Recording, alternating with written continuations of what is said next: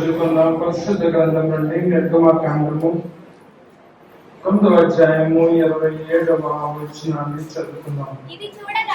ఇది చూడగా ఫరో మోషే అహరోనును పిలువనంపి, నేను ఈసారి పాపము చేసి ఉన్నాను, యెహోవా న్యాయవంతుడు, నేను నా జనులను దుర్మార్గులము. ఇది నాన్ని దేవుని యొక్క వాక్యముల నుండి 7 మాటలను మనం చదవడానికి ప్రయత్నం చేస్తున్నాం. ఈ యొక్క 7 సందర్భాల్లో కూడా 7 మనుషులు నేను పాపము చేసి ఉన్నాను అని చెప్పారు వాళ్ళు. అయితే నేను పాపం చేసి ఉన్నాను అని వారు నోటితో ఒప్పుకున్నప్పటికీ వారిలో కొంతమంది ఒప్పుకున్న తరువాత ఇంకా దుర్మార్గులైపోయారు. వారిలో కొంతమంది ఒప్పుకుని పరలోక రాజ్యము చేరలేకపోయారు. కానీ వారిలో 2 పరలోక రాజ్యము చేరారు. 7 ఒప్పుకుంటే 5 పరలోక రాజ్యానికి వెళ్ళలేదు. కేవలం 2 మాత్రమే పరలోక రాజ్యానికి వెళ్ళారు.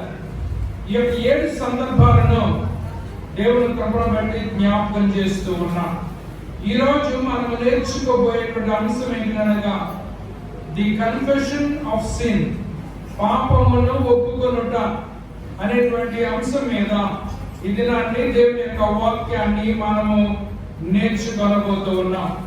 దేవుని యొక్క వాక్యములో ఎవరైతే పాపాన్ని ఒప్పుకుంటారో ఒప్పుకున్న వారికి దేవుడు వాగ్దానాలను ఇచ్చాడు. అది కేవలము ఒప్పుకున్న వారు మాత్రమే స్వతంత్రించుకుంటారు.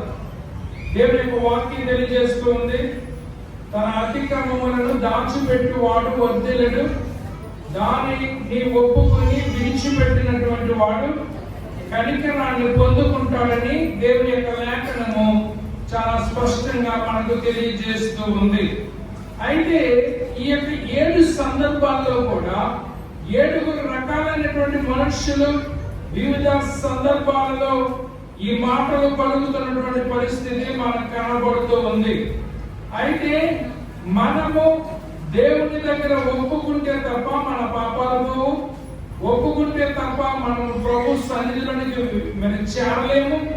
ఎందుచేతంటే ఒప్పుకున్న వారికే ఆయన విమోచకుడిగా ఉంటున్నాడు, కానీ ఒప్పుకోలేనటువంటి వారిని దేవుడు కూడా విమోచించలేడు అనేటువంటి విషయాన్ని మనము జ్ఞాపకం చేసుకోబోతూ ఉన్నాం. ఎందుచేతనంటే ఒక్కొక్కసారి మనం అనుకుంటాం, నేను తప్పు చేశానని ఒప్పుకుంటే చాలు పరలోకంలోకి వెళ్ళిపోతాను అని అనుకుంటాం. కానీ మనము ఏ మూడ్లో ఏ ఇమోషన్తో మనం చెప్పాము చాలా జాగ్రత్తగా గమనించబద్దులమై ఉన్నాము. ఎందుచేతనంటే మనము ఒక్కొక్కసారి ఒప్పుకున్నాము కదా అని మోసపోయేటువంటి పరిస్థితి కూడా కలదు. అందుచేత దేవుని యొక్క వాక్యము ఏదైతే మనకి స్పష్టంగా తెలియజేస్తూ ఉందో దానిని మనము తెలుసుకున్నట్టు ద్వారా యథార్థవంతమైనటువంటి ఒప్పుకోలును మనము దేవుడి దగ్గర చేయగలుగుతాం. పరిశుద్ధాత్మ దేవుడు మనందరినీ కూడా ప్రేరేపిస్తున్నాడు, ప్రోత్సహిస్తున్నాడు. తద్వారా మనమందరము కూడా పాపులను గ్రహించి శుద్ధమైన హృదయముతో యథార్థమైనటువంటి పశ్చాత్తాపముతో మనమందరము కూడా దేవుని సన్నిధిలో పాపమును ఒప్పుకున్నటువంటిది చాలా ప్రాముఖ్యము అనే విషయాన్ని నేను జ్ఞాపకం చేస్తున్నాను. 7 మొదటి వాడు ఎవరినంటే ఫరో. 7 మొదటి వాడు ఎవరినంటే ఫరో. ఫరో అంటున్నాడు, ఈసారి పాపం చేసి ఉన్నాను. చూడండి, ఇంగ్లీష్ బైబిల్లో చూసినట్లయితే ఐ హావ్ సిన్డ్ అని రాయబడ్డది. ఈసారి పాపము చేసి ఉన్నానని మన తెలుగు బైబిల్లో ఉంది, కానీ ఇంగ్లీష్ లో ఐ హావ్ సిన్డ్, నేను పాపము చేసి ఉన్నాను అని చెబుతూ ఉన్నాడు. ప్రియులారా, ఇతను చాలా కఠినమైన పాపాత్ముడు అన్నమాట. కఠినమైన హృదయము కలిగినటువంటి పాపాత్ముడు అన్నమాట. ఎందుకంటే ఇతను సర్వసాధారణంగా ఏ తప్పు చేసినా నేను తప్పు చేశాను అని ఒప్పుకునేటువంటి మనిషి కాదు. మనము ఈ 9వ అధ్యాయములో ముందుకు చూసినట్లయితే దేవుడు అనేక పర్యాయాలు ఐగుప్తు దేశపు రాజు అయినటువంటి ఈ ఫరోను ఐగుప్తీయులను కూడా రకరకాలుగా మొత్తినట్లుగా మనం చూస్తూ ఉన్నాం. దేవుని యొక్క వాక్యమే కాదు, ఈ లోకంలో కూడా మనం గ్రహిస్తూ ఉన్నాము. ఏమిటంటే మనుష్యుడు ఏ పంటను విత్తాడో ఆ పంటను కోయవలసినటువంటి ఆవశ్యకత ఉంది. 430 సంవత్సరాల నుండి ఫరో తన యొక్క కబంధ హస్తాలలో ఇశ్రాయేలీయులను శ్రమ పెట్టాడు, బాధ పెట్టాడు, మరి హింసించాడు. హింసించినప్పటికీ నాకేమీ జరగటం లేదు, నా మీదకి ఏ శాపము రావటం లేదు అని ఈ ఫరో అని అనుకుంటున్నాడు. కానీ దేవుడు సరైనటువంటి సమయం కొరకు వేచి ఉన్నాడు. సరైనటువంటి సమయం వచ్చినప్పుడు మోషేను పంపించి మోషే ద్వారా 10 రకాలైన అద్భుతాలు అక్కడ చేయించి తన ప్రజలను విమోచిస్తూ ఉన్నాడు. కొంతమంది హృదయాలు ఎలా ఉంటాయంటే ఫరో హృదయాల్లా ఉంటాయి. అప్పటికప్పుడు కలుగుతారు, మళ్ళా బయటికి వెళ్ళిన తర్వాత మామూలు అయిపోతారు. ఫరో కూడా దేవుడు అద్భుతాలు చేస్తూ ఉన్నాడు. దీనికి కొంచెం ముందు చదివినట్లయితే ఏ అద్భుతం జరిగిందనంటే మోషే ఏం చేశాడనంటే తన చేతులు ఆకాశము తట్టుకు ఎత్తి వడగండ్ల వాన కురిసేటట్లుగా దేవుడిని వేడుకున్నాడు. ప్రియులారా, చాలా మంది వడగండ్ల వాన కురుస్తుంది అని మోషే చెప్పినప్పటికీ నమ్మలేదు. ఎవరైతే నమ్మారో వాళ్ళు వాళ్ళ పశువులను అదే వాళ్ళ పాలేలను వాళ్ళ ముందే ఇంటికి తెప్పించేసుకున్నారు.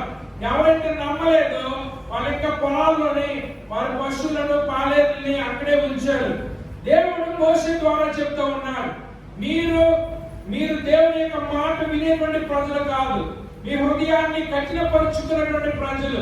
అందుచేత మీ దేశంలో ఉన్న పశువులను దేవుడు పాడు చేస్తాడు, మీ దేశంలో ఉన్న మనుషులు బొత్తిగా చనిపోతారు, మీ పంటలు బొత్తిగా పాడైపోతాయి అని మోషే చేత దేవుడు హెచ్చరించాడు.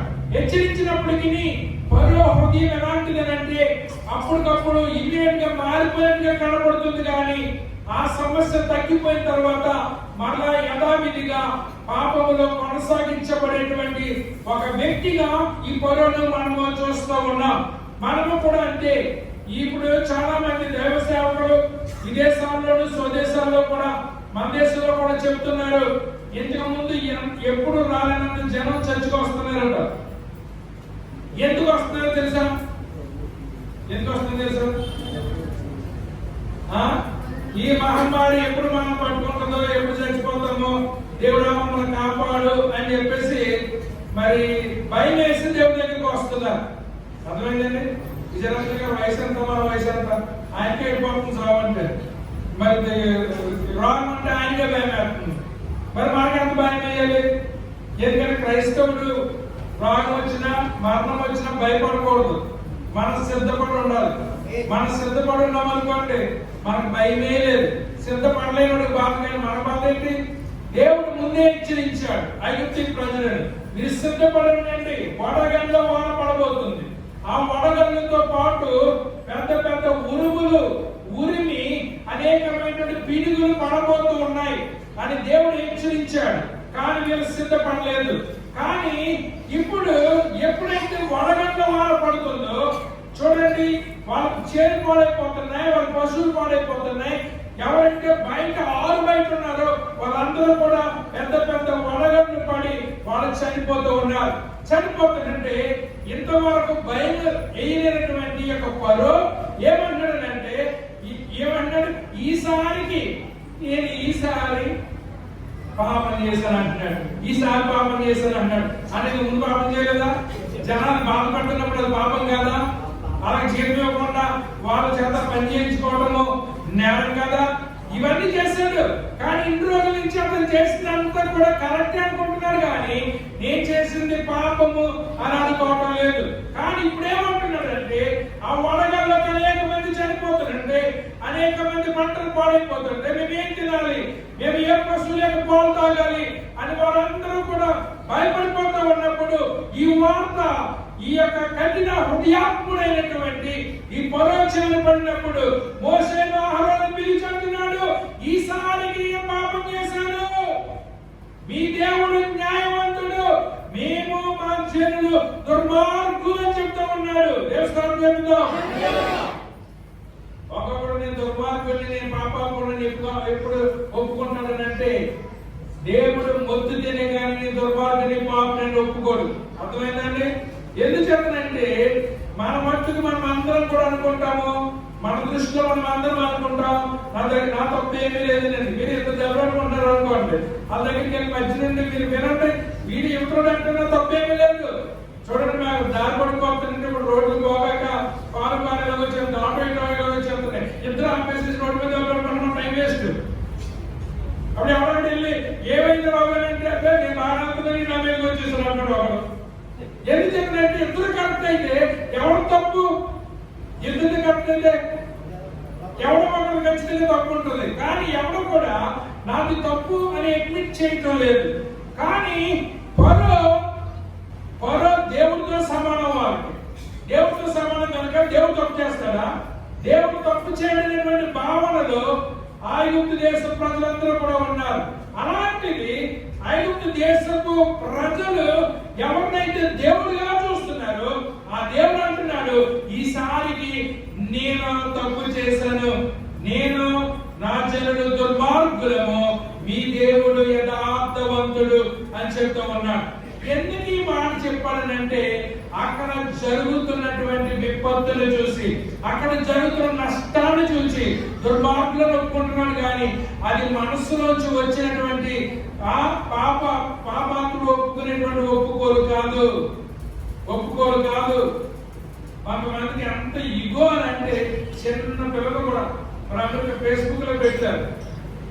మరి ఏంటంటే ఒక ఇద్దరు పిల్లలు తీసుకుని మార్కెట్కి వెళ్తున్నారు తండ్రి. అయితే పొరపాటుని మరి ఒకరికి కోపం తొక్కేసుకుంటారు అన్నమాట. అప్పుడు తండ్రి అంటారు అన్నమాట, నువ్వు క్షమించని అడిగని చెప్తాడు అనమాట. క్షమించని అడగమంటే ఆ పిల్లడికి కూడా అడగడానికి నోరు రాదన్నమాట. తండ్రి అప్పుడు గద్దించి నువ్వు క్షమించమని అడిగినప్పుడు ఇష్టం లేకుండా నేను క్షమించు అని అంటుంది అనమాట. కాసేపటికి మార్కెట్ లోకి ఇంకొకరు వచ్చి ఇంకొకరు రాసుకుంటూ పోతారు అనమాట. అప్పుడు తండ్రి అడుగుతాడు అనమాట, ఏమని అడుగుతాడనంటే, నువ్వు ఇప్పుడే నా పిల్లలకి నేర్పించాను, ఎవరిని ఒకరు నాకు అనుసరించుకోవాలో నువ్వు సారీ చెప్పమని ఆ మనిషిని అంటే ఆ మనిషి అంతకంటే ఎక్కువ తిన్నది అనమాట. నేను ఎందుకు చెప్పాలి, నేను చెప్పను అన్నది అనమాట. చివరికి అతను కూడా వెళ్ళి సారీ చెప్పిన పిల్లలకి అంటే చెప్పడు అనమాట. చివరికి డబ్బులు చెల్లించినప్పుడు కౌంటర్ దగ్గరికి వచ్చేసిన తర్వాత మరి ఏంటి మ్యాటర్ అంటే ఆ కౌంటర్ ఉన్నటువంటి లేడీస్ చెప్తారు అనమాట, ఈమె నా పిల్లలు గేట్ ముందు వచ్చేసింది, సారీ చెప్పట్లేదని. అప్పుడు ఏమైందో తెలుసా, కౌన్సిల్ లో ఉన్న ఆవిడ పోలీసులకు ఫోన్ చేసింది. ఎందుకంటే పిల్లలు గుద్దుకుంటే వెళ్ళిపోతుంది నేరం ఆ దేశంలో. నేను సరదాగా అమెరికా సరదాగా పిల్లలు గుద్దవుతున్నారు కదా, నేను ఒక్కటి ఇలాగ ఉద్దేశం కేసు అది. ఎందుకు కేసు అనుకుంటున్నా, పిల్లలు ఏడ్చారు అనుకోండి, కానీ మనం బాధ పెట్టిన లెక్క అప్పుడు కేసు అనమాట. అప్పుడు పోలీసులు వచ్చి ఈ మనిషి ఒక మాట పోతే కేసు పోదాం, సారీ అని మాట చెప్తే పోతుంది, కానీ అనలేదు. అప్పుడు పోలీసులు అరెస్ట్ చేసి చిన్నపిల్లల్ని బాధ పెట్టినందుకు నీకు ఇన్ని రోజులు జైలు పడుతుందని తీసుకెళ్తున్నప్పుడు అప్పుడు అడుగుతుంది సరే. కొంతమందికి గొప్ప తగిలితేనే కానీ ఈ మాట వాళ్ళ నోటంలో రాదు. ఒకవేళ తప్పు అనేటువంటిది మానవులందరూ చేస్తారని దేవుడికి కూడా తెలుసు. మనమందరం మానవులము, ఎప్పుడు తప్పు చేస్తామో మనకు తెలియదు. అయినప్పటికీ తప్పును హోందాగా ఒప్పుకోగలిగితే అప్పుడు జంతువులు అవుతారు ఎవరైనా. ఎందుకంటే తప్పును కప్పిపుచ్చుకున్నటువంటి వాడు జంతువు కాదు, తప్పును ఒప్పుకున్నటువంటి వాడు గొప్పవాడు అవుతాడు. ఇప్పుడు చూడండి, ఇతను తప్పు చేశాను అని ఒప్పుకుంటున్నాడు, కానీ అది హృదయాంతరంగా నుంచి వచ్చినటువంటి ఒప్పుకోలు కాదు, బాధను బట్టి వచ్చినటువంటి ఒప్పుకోలు. కనుక ప్రియ దేవుని బిడ్డలారా, ఏమైందంటే ఓ మోషే ఓ అహరోను నువ్వు రా, మీరిద్దరు కూడా రండి, నేను తప్పు చేశాను, నా ప్రజలు తప్పు చేశారు, మా ప్రజలు దుర్మార్గులు, మీరు మీ దేవుడికి ప్రార్థన చేయండి, ప్రార్థన చేస్తే వడగలు ఆగిపోతాయి అని చెప్పారు. మోసే ఏమన్నాడంటే, సరే ఇతను మాట్లాడే సంగతి మోసకి కూడా తెలుసు, నేను అంతా చేతులెత్తి ప్రార్థన చేస్తాను అప్పుడు ఆగిపోతాయి అని బయటకు ప్రార్థన చేశాడు. మోసే చేతులెత్తి ప్రార్థన చేసినప్పుడు వడగల్లో వాన ఆగిపోయింది. ఆగిపోయిన తర్వాత అప్పుడు దాకా మెత్తపడి తప్పు చేశాను అన్నవాడు వెంటనే మళ్ళా గట్టిగా అయిపోయి నేను తప్పు చేశానటువంటి భావన పరువులో కనపడటం లేదు. He said, I have sinned. నేను పాపం చేశానని చెప్పాడు, కానీ పరలోకంలోకి చేరలేదు అనేటువంటి విషయాన్ని నేను మీకు జ్ఞాపకం చేస్తున్నాను. ఇతను ఎవరనంటే కఠిన హృదయం కలిగినటువంటి పాపాత్ముడు. పాపలను గుర్తిస్తున్నాడు కానీ అతని హృదయము చాలా కఠినంగా ఉందనేటువంటి విషయాన్ని నేను మీకు జ్ఞాపకం చేస్తాను. గుర్తుంచుకోండి, ఇందులో 7 ఏదో కేటగిరీలో మనం ఉంటాం. మీకు అర్థమైందండి? 7 ఏదో ఒక కేటగిరీలో తప్పకుండా మనం ఉంటాం. మొట్టమొదటి ఎవడు? కఠిన హృదయము కలిగినటువంటి పాపాత్ముడు. రెండవడు ఎవడో చూద్దాం. సంఖ్యాకాండము 22వ అధ్యాయము 34వ వచనములో ఈలాగు రాయబడి ఉంది. సంఖ్యాకాండము 22వ అధ్యాయము 34వ వచనములో ఇలా రాయబడింది. అందుకు బిలాము చెప్పడాలంటే, నేను పాపము చేసి తిని నీవు నాకు ఎదురుగా త్రోవలో నిలుచుట నాకు తెలిసినది కాదు, కాబట్టి ఈ పని నీ దృష్టికి చెడ్డదైతే నేను వెనుకకు వెళ్ళదనని యెహోవా దూతతో చెప్పగా, వీడెవడనంటే డబుల్ మైండెడ్ మ్యాన్, విమనస్తత్వము కలిగినటువంటి మనుష్యుడు, విమనస్కుడు, 2 రకాలైనటువంటి మనస్సులు కలిగినటువంటి వాడు. ఇతను ఏమంటున్నాడనంటే, చూడండి, ఈ బిలాము అనబడేటువంటి వాడు ప్రవక్త, ఇశ్రాయేలు ప్రవక్త కాదు. దేవుడికి ఒక్కొక్కసారి ఇశ్రాయేలులో ప్రవక్తలు లేకపోతే మరి దేవుడు కొన్ని సందర్భాల్లో బయట వ్యక్తులను ప్రవక్తలుగా వాడుకున్నాడు. దేవోక్తి వాళ్ళకి బయలుపరచబడింది, దేవోక్తి వాళ్ళకి వినిపించబడింది. ఆ వినిపించబడినప్పుడు వాళ్ళ దేవోక్తి ప్రజల యొద్దకు చేరవేసేటువంటి వారు. మీరు గమనించండి, ఇక్కడ మోయాబు దేశపు రాజు ఉన్నాడు. మోయాబు దేశపు రాజు ఎవరంటే బాలాకు అనేటువంటి వాడు. ఆ బాలాకు అనేటువంటి వాడు మరి ఇశ్రాయేలులను శపించడానికి మరి డబ్బులు ఆశ చూపించి ఇతన్ని ఎక్కడ తీసుకొచ్చాడు అంటే మరి కొండ మీద నిలబెట్టాడు. ఎవరిని? ఈ బిలామును నిలబెట్టాడు. ఇతనికి ఓ ప్రక్కన మంచి చేయాలనుంది, ఇంకో ప్రక్కన చెడ్డ కూడా చేయాలని ఉంది. అనగా నారానికి 2 వైపులు అన్నమాట. ఓ ప్రక్కన ఏమో మంచోడి కింద ఉండాలనుకుంటున్నాడు, ఇంకో ప్రక్క ఏమో చెడ్డోడి కింద ఉండాలని అనుకుంటున్నాడు. ఇలాగా చాలా మంది 2 రకాల మనస్సులతో సతమతం అవుతున్నటువంటి మనుషులు మనకు కనబడుతున్నారు. దేవుడు ఇతన్ని వెళ్ళొద్దంటున్నాడు, కానీ ఇతను వెళ్తున్నాడు. ఎందుకంటే డబ్బు అంటే ఆశ, రాజు ఇచ్చేటువంటి బహుమానాలు అంటే ఆశ, ఆశ చొప్పున వెళ్తూ ఉన్నాడు. మరి అయితే ఇతను వెళుతున్నటువంటి ఆ గాడిదను దేవుడు తన దూతను పంపించి అడ్డుకున్నాడు. ఎందుకంటే నువ్వు వెళ్ళొద్దు.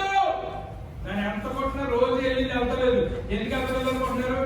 దేవుడు అతని మార్గానికి తన దూతను పంపించి అడ్డు గడియ పెడుతున్నాడు. ఒక్కోసారి మీరు కూడా గమనించారు, మనం ఏదైనా దూకుడుగా వెళ్ళిపోతున్నప్పుడు ఒక్కోసారి దేవుడు ఏం చేస్తాడనంటే మనల్ని స్లో డౌన్ అవ్వమని మనకు మార్గంలో ఏదో ఒక ఆటంకాన్ని పంపిస్తూ ఉంటాడు. ఆ ఆటంకాన్ని పంపించినప్పుడు దేవుని ఉద్దేశం ఏంటంటే నీవు ఫర్దర్ గా వెళ్ళవద్దు అని దేవుడు చెబుతూ ఉన్నాడు. చూడండి, ఇతను ఏం చేస్తున్నాడంటే మరి గట్టిగా కొడుతున్నాడు, ఈ కాంతబాబు గట్టిగా కొడుతున్నాడు, వెళ్ళమని చెప్తా ఉన్నాడు.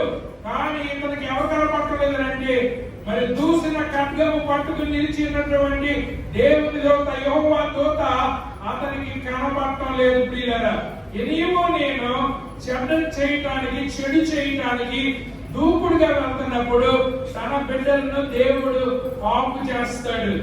ప్రియులారా, ఒకడేమన్నాడంటే పరలోకంలో సేవకుడిగా ఉండే కంటే నరకంలో ఏలికగా ఉంటే మంచిదన్నాడు. నరకంలో ఏలికగా ఉంటే మంచిదన్నాడు. మీకు అర్థమైందో? నరకాన్ని ఏలుతాడంట. పరలోకంలో మనం ఏం చేసేదేంటి? సేవ. పరలోకంలో సేవకుడిగా ఉండే కంటేనంట నరకంలో ఏలికగా ఉంటే మంచిదన్నాడంట.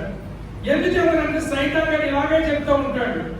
రెండు రకాలైనటువంటి మరి మంచికాన్ని ఊగిసలాడుతున్నటువంటి మనుషులు, రెండు రకాలైనటువంటి అభిప్రాయం కలిగినటువంటి వాళ్ళు ఈ లోకంలో ఉంటారు. దేవుని మందిరంలోకి వచ్చినప్పుడు దేవుని పట్ల తీర్మానం చేసుకుని నేను ఇలాగే జీవించాలి, నేను ఇలాగే బ్రతకాలి, దేవునికి నచ్చినట్టుగా ఉండాలి అని సత్యం అనుకుంటారు. బయటికి వెళ్ళిన తర్వాత మరలా మనం మామూలే మర్చిపోయి లోకానుసారంగా జీవిద్దామని చెప్పేసి అనుకుంటూ ఉంటారు. దేవుడు ఇలాంటి వ్యక్తులు ఏమంటున్నాడు అంటే ద్విమనస్కుడు అని అంటూ ఉన్నారు. ఎందుకంటే మంచి చెడు రెండు కూడా వంగి ఉండవు. అయితే మంచిగా ఉండాలి, లేకపోతే చెడుగా ఉండాలి. కానీ రెండు సమబుద్ధి కింద వంగి ఉండేటువంటి పరిస్థితి కాదు. అయితే ఇతనుకు చూపించబడిన ఆశ లాంటిది.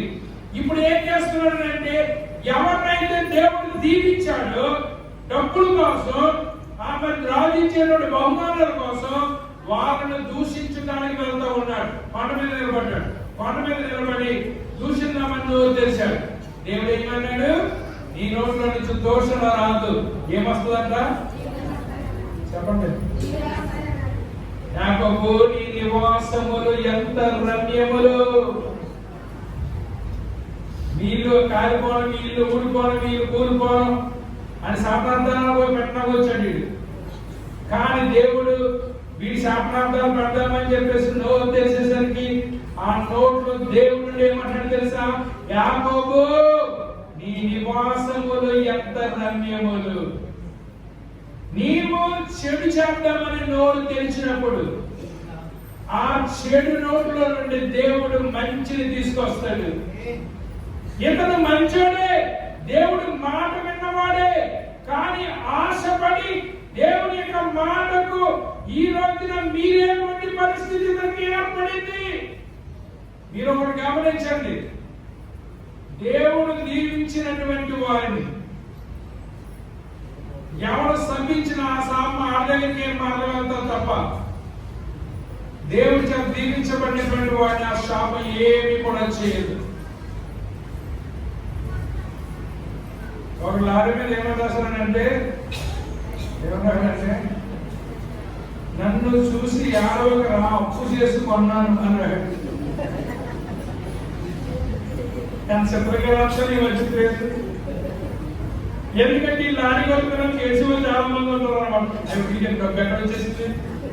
లారీ కొనేసాడు అని అనుకుంటారని అంటే రాశాడు అప్పు చేసుకున్నాడు.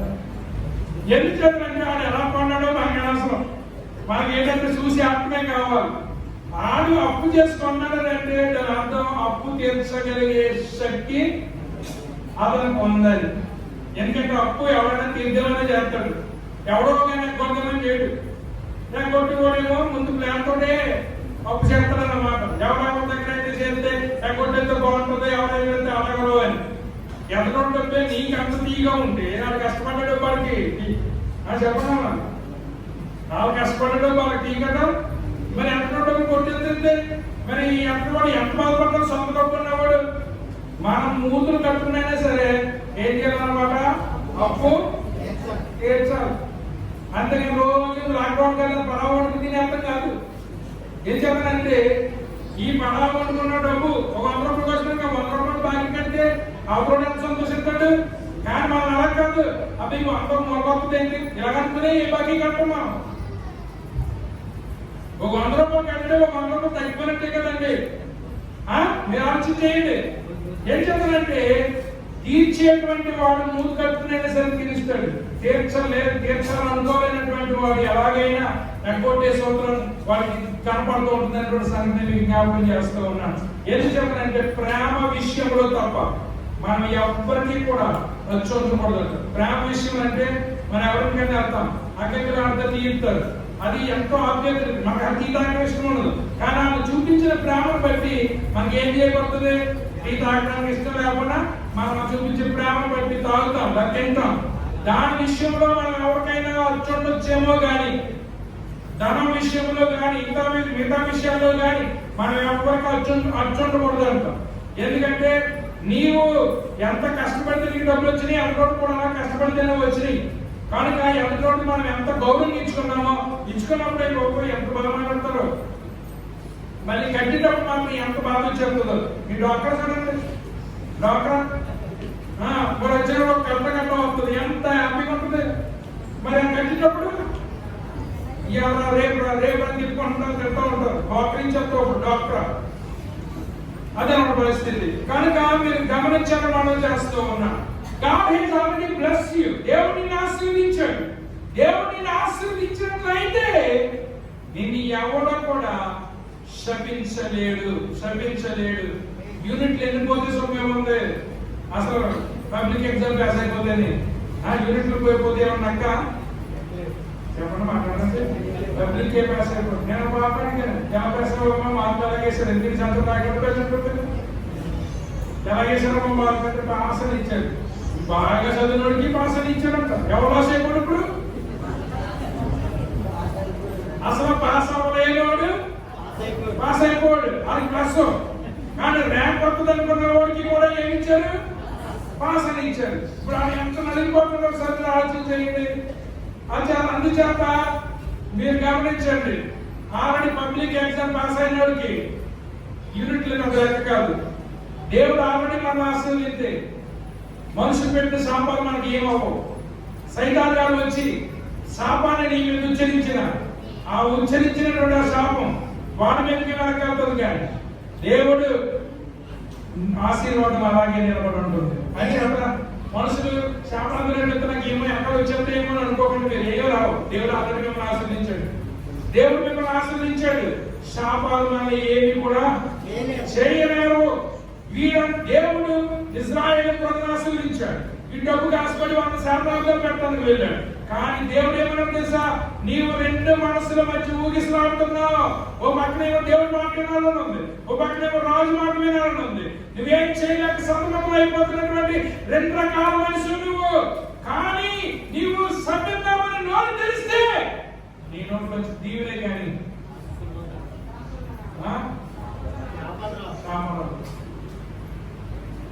కనుక మీరు అదే నోటితో పొగటండి, అదే నోటితో తిట్టకండి. ఎందుకంటే ఏ నూయిలోనైనా ఒత్తుకు నీరు అవుతుంది, లేకపోతే మంచి నీరు అవుతుంది. కాసేపు కులేదు, కాసేపు మంచి నీరు అవుతుందా? కానీ ఈ నూతిలో మాత్రం కాసేపు ఉప్పు నీరు, కాసేపు చేతి నీరు, కాసేపు మంచి నీరు అవుతుంది. అదే డేంజర్ అన్నమాట. ఈ నూయిలో చాలా డేంజర్ అని చెప్తారు. మనం చాలా జాగ్రత్తగా ఉండాలనేటువంటి సంగతి మీకు జ్ఞాపకం చేస్తూ ఉన్నాం. ఈ మనిషి నేను పాపం చేశాను అని అన్నాడు. కానీ పాపం చేశాను అన్నాడు, కానీ తన పాపంలో కొనసాగుతూనే ఉన్నాడు. అందుచేత ఇతను ప్రభు దగ్గరికి చేరేటువంటి పరిస్థితి ఇతని జీవితంలో లేదు. పాపం ఒప్పుకున్నాడా? ఎస్. అలాగే పరలోకంలోకి వెళ్ళాడా? నో. ఎందుచేతనంటే ఇతను చెడునే జరిగించడానికి కోరుకున్నాడు. పాపలను ఒప్పుకుంటూ కూడా చెడునే జరిగించేటువంటి పరిస్థితి ఇతనిలో కనపడింది. ఇతను 2వ వ్యక్తి. 3వ వ్యక్తి సౌలు. సమూయేలు మొదటి గ్రంథం 15వ అధ్యాయం 24వ వచనం. సౌలు జనులకు జడిసి వారి మాట వినినందున నేను యెహోవా ఆజ్ఞను నీ మాటను మీరి పాపం తెచ్చుకోండి. సౌలు అందరికి తెలుసు కదా. సౌలు ఇజ్రాయెల్ దేశానికి మొట్టమొదటి రాజు. దేవుడు రాజుగా ఇతన్ని చేయక ముందు ఇతను చాలా తగ్గింపుగా ఉండేటువంటి వాడు. ఎంత తగ్గించుకున్నాడు అంటే కుక్కతో సమానంగా తగ్గించుకున్నాడు అన్నమాట. కుక్కతో సమానంగా తగ్గించుకున్నాడు. ఇతను ఎవరనంటే మొట్టమొదటివాడేమో కఠిన హృదయము కలిగిన పాపి, రెండవ వాడేమో రెండు మనస్సులు కలిగినటువంటి పాపి, మూడవ వాడేమో నిజాయితీ లేనటువంటి పాపి. ఏం లేదంటే ఇతని దగ్గర చెప్పమ్మా, నిజాయితీ లేనటువంటి పాపి, నిజాయితీ లేనటువంటి పాపి. ప్రియులారా గమనించండి, ఇతను అంటున్నాడు నేను జనులకు జడిసి, జనానికి జడిసంట దేవుని యొక్క మాట వినలేదట. మీరు స్టోరీ అంతా చదివితే ఇతను దేవుడికి జట్టు, మనిషికి జట్టు, ప్రవక్తకి కూడా జట్టు, ఎవరికి జట్టు. కానీ ఇక పైకి మాత్రం ఏమంటున్నాడంటే జనముకు జడిసి, జనానికి జడిసిపోయాడట. జనానికి జడిసిపోయాట ఏం చేశాడట? పాపం చేశాడట. మీరందరూ కూడా గమనించండి, దేవుడు అన్నాడు ఆ శాపగ్రస్తమైనటువంటి దానిలో మీరు ఏది కూడా తీసుకోవద్దని చెప్పాడు. శాపగ్రస్తమైన దాంట్లో దేన్ని తీసుకోవద్దని చెప్పాడు. సౌలు ఏం చేశాడంటే బలమైనవి, కొవ్వు పట్టినవి అవన్నీ కూడా జాగ్రత్తగా తీసేసుకున్నాడు. సంపూర్ణం అనేసి జాగ్రత్తగా చోటులోకి వెళ్తున్నాడు. ఎందుకు?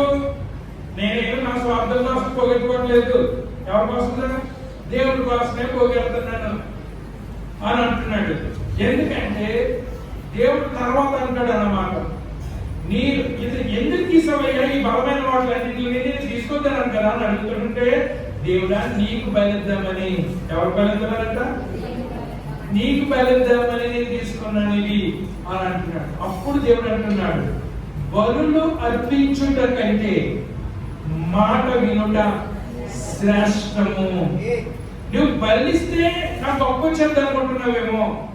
బలు కాదు నాకు కావాల్సింది, నువ్వు అసలు నా మాట వింటున్నావా లేదా అనేటువంటిది నాకు చాలా ప్రాముఖ్యమని ఈ యొక్క సమయంలో 15లో మనకి కనబడతా ఉంది.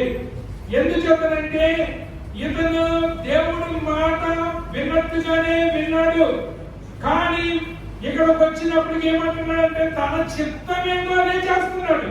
కానీ నేను ఎవరికి వెళ్తున్నాడు అంటే జనానికి జడిసి, నువ్వు గుళ్ళకి రావట్లేదు జనానికి జడిసి, నువ్వు దేవుడు భక్తులు చేయలేదు జనానికి జడిసి, అన్ని జనానికి జడి చేసి మనమైతే ఈ లోకంలో ఏది చేయలేదు. జనానికి జడిసి మనమైతే ఏది చేయలేదు, మంచి చేయలేవు, చెడ్డ చేయలేదు. కానీ జనానికి ఎవరు జరుగుతారండి? పైకి అలాగంటారంటే జనానికి తెలిసేది, కానీ నీవు ఏం చేయాలనుకుంటున్నావో అదే చేసేస్తావు. సౌలు ఎలా ఉంటాడంటే అతను ఏం చేద్దాం అనుకున్నాడో చేసేసే మనిషి, కానీ ఎవరిపైకి వెళ్తున్నాడు? దీంట్లో ఏం లేదు, యథార్థత లేదు, నిజాయితీ లేదు. అందుచేత ఇతను తన యొక్క నిజాయితీ లేనటువంటి కారణం చేత, ఇతను నిజాయితీ ఎలా ఉంటుందో తెలుసా? ఒకసారి సౌలు చనిపోవాలి, సౌలు కాపాడుతాడు దావీదు. అప్పుడు దావీదుని పిలిచి అంటున్నాడు పక్కనే, నువ్వు నా కొడుకు, నువ్వు నా పక్కన ఉండాలి అంటున్నాడు. మళ్ళీ సైనికుడు ఏం చెప్తున్నాడంటే దావీదుని బ్రతికించొద్దు, దావీదు చనిపోయిన అంటున్నాడు. చూసారా ఈ రాజకీయ నాయకులు మాట్లాడలేదు మీకు? రాజకీయ నాయకులు మీటింగ్ పెడతారు, మీరు ఎవరికైనా పెన్షన్ లేదు చేయగలుగుతాను అన్నమాట. ఎవరికైనా పెన్షన్ చేయగలుగుతారు, రాలని వాళ్ళు చేయగలుగుతారు. ఆఫీసర్ అందరికీ పెన్షన్ చేయబడు పబ్లిక్ నిర్వహణ ఆఫీస్కి వెళ్తుంటే అప్లికేషన్ రాసేస్తాడు. ఆ తర్వాత అయ్యా మీరు అందరూ పెన్షన్ రాసేవాళ్ళకి అప్లికేషన్ అన్ని ఇంకా పట్టుకొచ్చానండి వాడు అంటారు, చెత్తపొట్ల పడేయమంటాడు. జనాల దగ్గర ఏమంటున్నాడు? జనాల దగ్గర ఏమో అందరికి ఇచ్చేద్దామంటున్నాడు. ఇక్కడ ఏమంటున్నాడు? సేమ్ అదే చేయమన్నమాట. ఎవరో సౌలు గారు రాజకీయం, మరి రాజకీయం అన్నమాట. ఈ రాజకీయంలో నిజాయితీ ఉండదు. మనమందరం ఏమనుకుంటాం, మైక్రో చెప్పాడే ఏమండి అందరికి మైక్రో చెప్పాడని మనం అనుకుంటాం. కానీ యాక్చువల్గా వచ్చేసరి లేకపోతే ఇన్ని అప్లికేషన్ తీసుకుంటాం మన దగ్గర బట్టి చెప్పండి. మన పసన పడుతున్నారని అందరూ సంపాదించవచ్చు. ఇప్పుడు వచ్చారు ఎందుకనంటే ఈ జనాన్ని అప్పటికప్పుడు ఇచ్చేసేటువంటి టైప్ అన్నమాట రాజకీయాలు. దావీదుని ఏమన్నా నా ప్రాణం కాపాడావు, నువ్వు నా పక్కన ఉంటే బాగుంటుంది అన్నాడు. అప్పటికి వెళ్ళి ఏమంటాడు తెలుసా, దావీదుని చంపేయండి అన్నాడు. నిజానికి అనేటువంటిది లేదు. మనం చేసింది నిజాయితీ పనులు అనేక మంది లేకపోవచ్చు. నువ్వు చేసి కొన్ని పనులు అయినా నిజాయితీగా చేయి. కొంతమంది నిజం చెప్పిన నాకు అబద్ధంగా కనపడుతుంది. ఎందుకంటే గతంలో నిజం చెప్పలేదు, గతంలో నిజం చెప్పలేదు. ఇప్పుడు నిజం ఆ నిజంగా వచ్చి నిజం చెప్తున్నా ఏమనుకుంటున్నాను, నాయన ఇప్పుడు వచ్చి కలవకుంటున్నాను, నాయన చెప్తుంది ఇప్పుడు కదలాగా ఆ నిజం చెప్పినప్పుడు అనుకున్నాను ఒకసారి. అందుచేత ఆ నిజాయితీ మనం పోగొట్టుకోకుండా జాగ్రత్తగా ఉండాలి. ఇతను నేను పాపం చేశానంటున్నాడు కానీ పశ్చాత్తాపంతో వచ్చిన మాట కాదది. పశ్చాత్తాపంతో వచ్చినటువంటి మాట, పశ్చాత్తాపంతో వచ్చినటువంటి విషయం వేరేగా ఉంటుంది. కానీ ఇక్కడ పశ్చాత్తాపంతో వచ్చినటువంటిది కాదు. నీ యొక్క పశ్చాత్తాపంలో నిజాయితీ ఉందా ఆలోచించేయాలని ఆలోచిస్తున్నా. తర్వాత వ్యక్తి యెహోషువ గ్రంథం 7:20. యెహోషువ గ్రంథము 7:20. ఆకాను యెహోషువతో ఇశ్రాయేలు దేవుడైన యెహోవాకు విరోధముగా నేను పాపము చేసినది నిజము. చూడండి, పై ముగ్గురు కూడా వీళ్ళ పరలోకంలోకి వెళ్ళలేదు. ఇప్పుడు 4వ వాడు జత అయ్యాడు. 4వ వాడు జత ఏమంటాడు తెలుసా, దేవుడు యెహోషువతో చెప్పాడు, మీరు యుద్ధానికి వెళ్ళండి, నేను విజయాన్ని ఇస్తాను. ఏం చెప్పండి, మీరు యుద్ధానికి వెళ్ళండి, నేను విజయాన్ని ఇస్తాను. ఎందుకంటే యెహోషువ యుద్ధానికి వెళ్ళేటప్పుడు ఎప్పుడు దేవుడు ఆడకుండా వెళ్ళడు, దేవుడు ఇస్తానంటేనే వెళ్ళాడు. కానీ ఆ యుద్ధంలో వీళ్ళు ఓడిపోతున్నారు. ఎందుకు ఓడిపోతున్నారు అంటే దేవుడు యుద్ధానికి వెళ్ళేటప్పుడు చెప్పాడు, అక్కడ మీకు వెండి కనపడినా తొక్కుకుంటా పోవాలి, బంగారం కనపడినా తొక్కుంటా పోవాలి, అంతేగాని విలువైన కనపడ్డాయి కదా అని ఆ శాపగ్రస్తమైన దానిలో దేనిని కూడా మీరు ముట్టుకోవద్దు అని చెప్పాడు. బంగారం తొక్కుంటే వెళ్ళిపోతారా, వెండి తొక్కుంటే వెళ్ళిపోతారా? మిగతా సైనికులందరూ కూడా వెండి తొక్కెళ్ళిపోతారు, బంగారం తొక్కెళ్ళిపోతున్నారు. యుద్ధం చేస్తూ ఉన్నప్పుడు తొక్కుంటూ వెళ్ళిపోతున్నారు. ఒకడు అన్నాడంటే సన్నాసులు కాబట్టి తొక్కుంటూ వెళ్ళిపోతున్నారు. నేనైతే ఎవరికి తెలకుండా సీక్రెట్ గా పట్టుకెళ్ళిపోయి ఏం చేస్తాను, దాచేసుకుంటాను. ఏం చేస్తాను తెలుసా, ఇతను పశ్చాత్తాపము నిజమైనదిగా కనపడదు. ఎందుకంటే నేను పాపము చేసినది నిజం. ఎప్పుడు అన్నాడంటే మనం ఎందుకు ఓడిపోతున్నాం అని అందరూ మాట్లాడుకుంటున్నారు. అప్పుడు యెహోషువ దేవుడిని అడుగుతున్నాడు, దేవుడా విజయం ఇస్తానన్నది నువ్వు, యుద్ధానికి వెళ్ళమన్నది నువ్వు, వెళ్తుంటేనేమే మేము ఓడిపోతున్నాం, మాకెందుకు జయం రావడం లేదు అని దేవుడిని అడిగితే దేవుడు అన్నాడు, మీలో ఒకడు నేను ముట్టుకోవద్దన్నది, నేను తీసుకోవద్దన్నది తీసుకుని దాచుకున్నాడు. ఇప్పుడు ఏం చేశారంటే ఎవరు తీసుకున్నాడా అని సైనికుల పేర్లన్నీ రాసి, కొంతమంది సీట్లు వేసుకున్నారు కదా, సీట్లలో పేర్లు రాసి మీరు హోండా కొన్నా, కెనటికి హోండా కొన్నా అని పేరు రాసి ఏ బండి కొన్నా సీట్లు వేసి తీస్తారు. సీట్ తీస్తారంటే అబ్బాయి వచ్చినాక కానీ విచిత్రం ఏంటో మన సీట్కి ఆ సీట్కి చెల్లాడు. అప్పుడు యోన పాపం చేశాడా, ప్యాసింజర్ పేర్లన్నీ రాసి సీట్లు అయితే జాబ్ వచ్చిందా, ఎంత కష్టం చూడండి. ఇప్పుడు ఎవరైనా ఏదైనా దొంగిలించారనుకోండి, వాడు దొంగిలించడం ఏంటంటే ఆ పేర్లన్నీ రాసి ఇంత కరెక్ట్ పేరు అవుతుందంటే బాగుందా రాదు.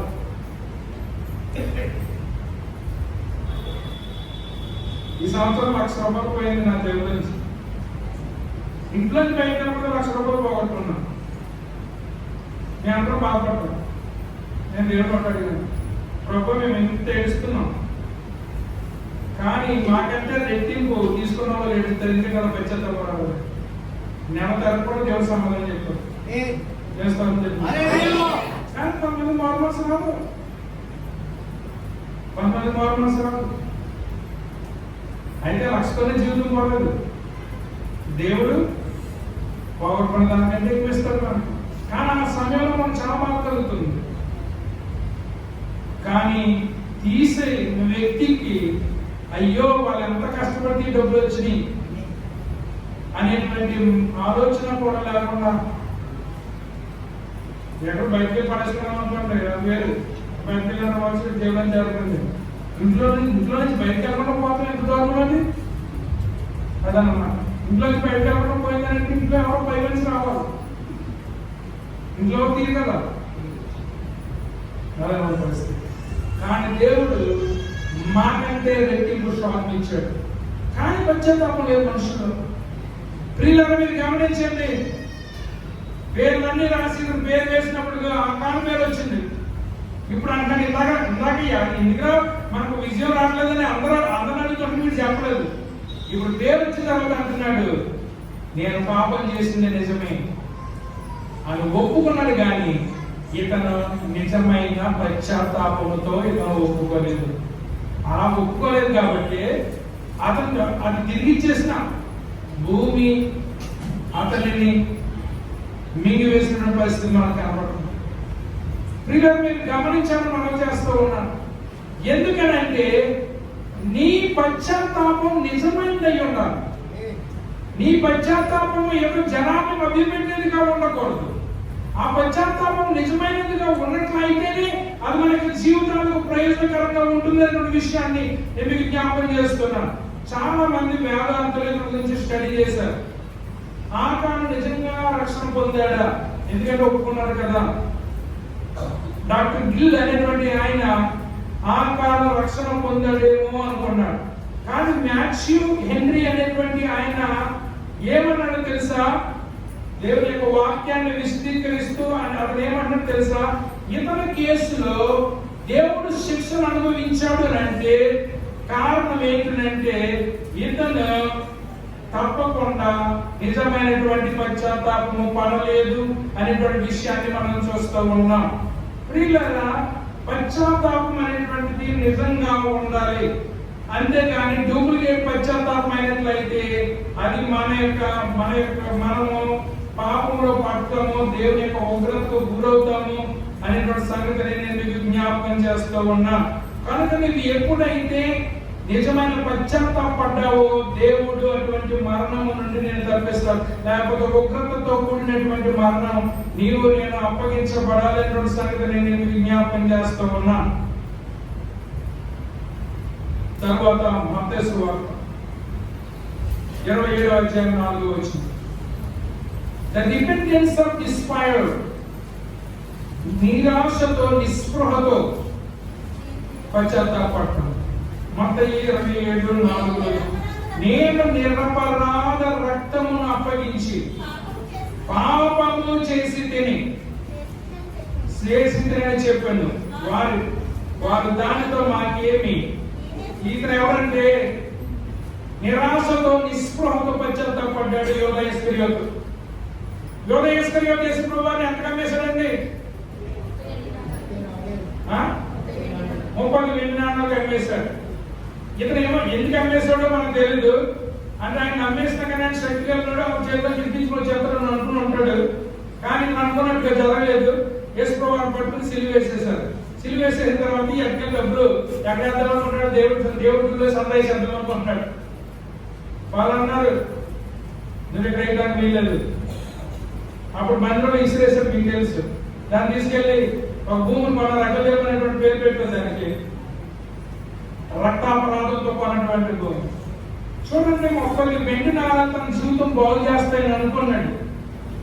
కానీ ఆ డబ్బు కంటే ప్రియులను గమనించండి, ఆ డబ్బు కంటే అతనికి దోష భావనే ఎక్కువైపోయింది. ఏమి ఎక్కువైపోయింది?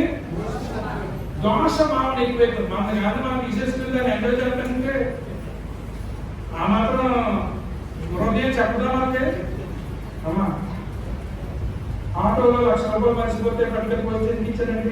ఆటో కూడా ఎంత సిన్సియర్ మీరు గమనించండి. ఎన్నిసార్లు పేపర్ వేస్తున్నారు అబ్బే ఎక్కడ వచ్చింది ఆవిడ, మరి ఆవిడ ఏ పట్టు దిగేస్తుందనే దాంతో రూపాయలు చెప్పి అర్థం చేయలేదు. అలా తీసేసారంటే ఎవరు అర్థలేండి. కానీ ఆవిడ పడగట్టుకుని తీసుకెళ్ళి ఏం చేస్తున్నారు తెలుసా? పోలీస్ స్టేషన్ అప్పుడున్నారు, ఎవరు పోగొట్టుకున్నారని. ఎందుకంటే ఆ డబ్బులు నాయకులు అప్పుడు పట్టుకెళ్ళిన తర్వాత పోలీసు వాళ్ళు పోగొట్టుకున్న మనిషి కూడా కంపేర్ చేయడానికి వచ్చారు. ఇద్దరిని కలిపినప్పుడు 1,00,000 రూపాయలు పోతే నువ్వు చాలా యథార్థంగా ఇచ్చావు, ఇంకో ఈ రేటుగా ఉంచుకోని అన్నమాట. అది మంచి డబ్బులు అంతేనా కదా? కానీ ఈ 1,00,000 రూపాయలు పెట్టి ఏదైనా సోప్ చేసినా అది నిలబడదు. ప్రస్తుతానికి బాగున్నట్టు ఎందుకంటే దొంగలు చేసినప్పుడు కూడా బాగున్నట్టుగా అనిపిస్తుంది. కానీ ఇవన్నీ కలిసి కోసే కాలం వస్తుంది. కోసే కాలం వచ్చినప్పుడు ఎవరు తప్పించలేడు. మీకు అర్థమైందండి? నాన్న పిండేసి కోస్తున్నాం, అంతకని పిండేసి ఎండ కోసేద్దామా? దాన్ని కోసేటువంటి కాలం వస్తుంది. పాపాలకు సంబంధించినటువంటి పర్యవసానం కోసే కాలం వస్తుంది. అప్పుడు మనం ఎవరు తప్పించుకోలేదు. అయితే మాకేంటి? నిరపరాధి రక్తం చిందించు, అయితే మాకేంటి? ఈ డబ్బు మాకొద్దు. నువ్వు ఎవరియో కొట్టేసి తెచ్చిన డబ్బులు దేవుడికి అవసరం లేదు. నీ అంత నువ్వు కష్టపడి తెచ్చిన దేవుడికి కావాలి, కానీ నువ్వెవరితో దొంగిలించింది దేవుడికి అవసరం లేదు. మీరు దేవుడికి చేద్దాం అనుకుంటున్నాడు, అయితే మాకేంటి? నీ డబ్బులు మాకు అవసరం లేదు. తర్వాత ఏం జరిగింది? పశ్చాత్తాపడ్డాడు. దేవుడా అని ఆయన దగ్గర వెనకాల వెళ్ళి ఏడిస్తే బాగుండు, మళ్ళీ ఉరేసి చచ్చిపోయాడు. వీడు పర్లోకంలోకి వెళ్ళాడా? చెప్పండి, వెళ్ళాడా? అర్థం ఏంటంటే ఉదేసుకున్న తర్వాత ఉత్తరం తెగిపోయిందంట. ఉదేసుకుంటే జ్ఞాన మీద పడిపోయి కొత్త పగిలిపోయి పేగి బయటకు వచ్చేసి ఎవరిని అమ్మేసినందుకు? ఏసైనా అమ్మేసినందుకు. అందుకని మీకు ఎవరైనా ద్రోహం చేశారా, మీకు ఎవరైనా అన్యాయం చేశారా, నేను భయపడక్కర్లేదు, నేను బాధపడక్కర్లేదు. కోసే టైం అవుతుంది ఖచ్చితంగా. ఆ టైంలో ఎవరైనా సరే కోయవలసిందే. తప్పించేటువంటి నాలుగు అనేటువంటి విషయాన్ని నేను మీకు జ్ఞాపకం చేస్తూ ఉన్నాను. లాస్ట్ 2 కూడా నిజమైన పశ్చాత్తాపం. యోబు గ్రంథము 7వ అధ్యాయం. నేను మన తెలుగు బైబిల్లో నేను పాపం చేసినా అన్నట్టుంది. ఇంగ్లీష్ బైబిల్లో చూసినట్లయితే ఐ హావ్ సిన్డ్, నేను పాపము చేసి తిని. మీరు ఇంతకు ముందు యోబుని చూడండి. యోబు ఏమంటే సార్, నేనేం పాపం చేశానని ఈ శ్రమ నాకు వచ్చింది, నేనేం పాపం చేశానని ఈ కష్టాలు నాకు వచ్చింది, నేనేం పాపం చేశానని ఇది నాకు జరిగింది అని దేవుడు ఎన్నో ప్రశ్నలు చేశాడు. అవునా కదా? ఎందుకంటే పాపం అనేది మనకు కనబడితే, శిక్ష అనేది మనకు వస్తే నేను చేసిన కారణం నాకు వచ్చిందని తృప్తి పడతాం. అసలు పాపం అనేది లేకుండా శిక్ష వస్తే మనకి ఏమనిపిస్తుంది? యోబు ఇన్ని ప్రశ్నలు అడిగాడు దేవుడిని. కానీ దేవుడు యోబు స్నేహితులు కూడా సమాధానాలు చెప్పారు. యోబు ఇప్పుడు ఏ స్టేజ్కి వచ్చాడనంటే అతను అంగీకరించేటువంటి స్టేజ్లోకి వచ్చాడు. ఎందుకంటే దేవుడు తప్ప మానవులందరూ పాపం చేస్తారు.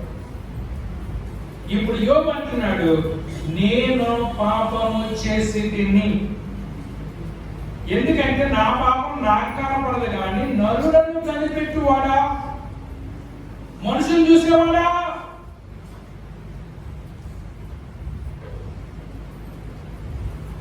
ఒకసారి మన ఇండియా వాళ్ళు వెళ్ళారంట.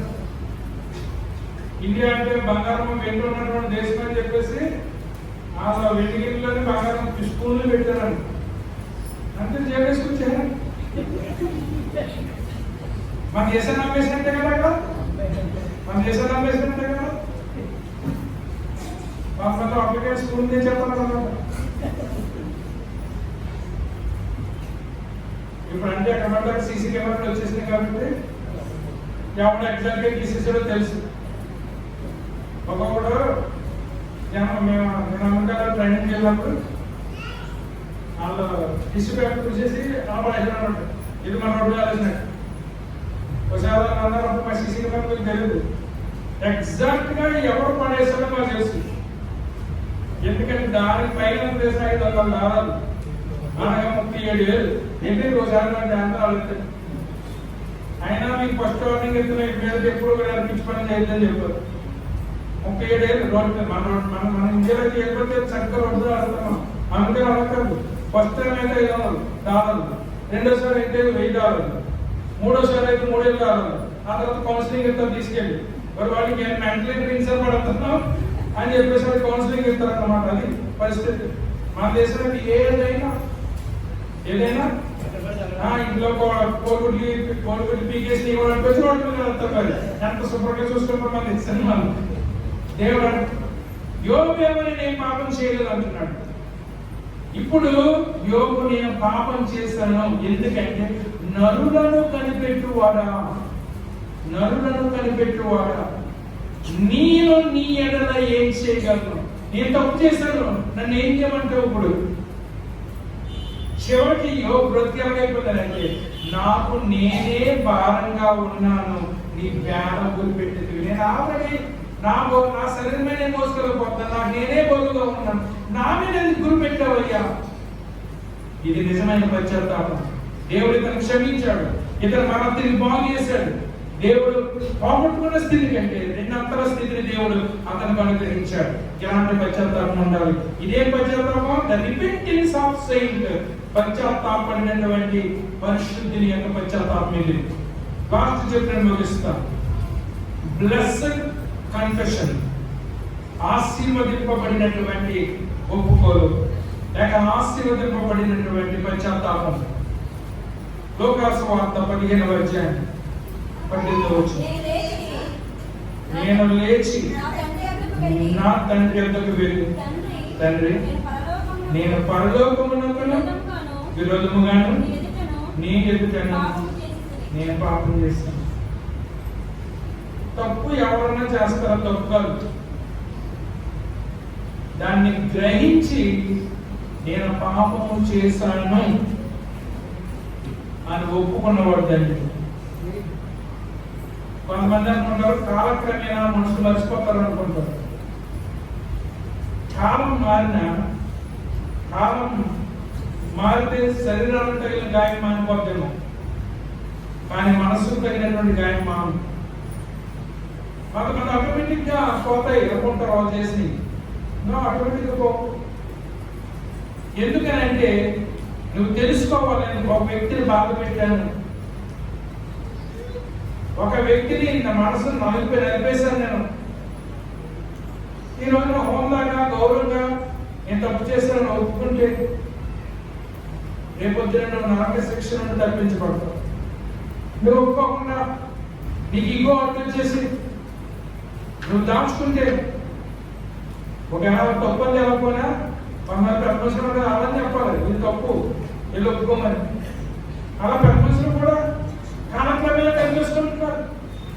తప్పును ఒప్పుకోమని చెప్పేటువంటి స్థితిలో కూడా లేనటువంటి పరిస్థితి చాలా మంది జీవితంలో కనపడుతుంది. ఇతనికి ఎప్పుడు చెప్పలేదు నేను తప్పు చేశాను అర్థమైపోయింది. ఎందుకంటే తండ్రితో ఉన్నప్పుడు నా బ్రతుకు ఎలా ఉంది, తండ్రిని విడిచిపెట్టిన తర్వాత నా జీవితం ఎలా ఉంది.